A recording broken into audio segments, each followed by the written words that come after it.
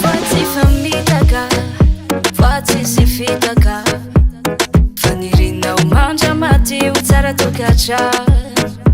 Iaraka ny fanekantsika roe teo ambony alitara. Ivade tsy sarake anatin'ny mamina mangidy. Fitiavako anao io lafo vide. Narano mangotrake tsy mavolovolatsike. Tsy atakalo tsy amidy io ovade. Aminaka anao tsisy défaut. Nentsika efa lambanako.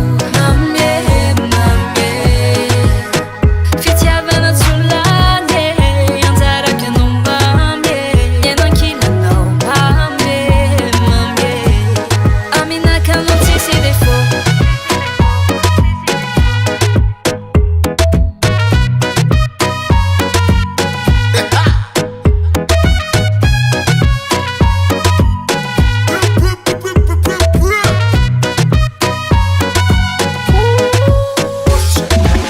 Tsy voisako fitofitoviko ny foko aminao. Masandro magnazavaza anao. Meratra vola mianan-tagnanao namiako anao. Tsy magnino potipotiky isan'anatsika iny fa tavela aminao za.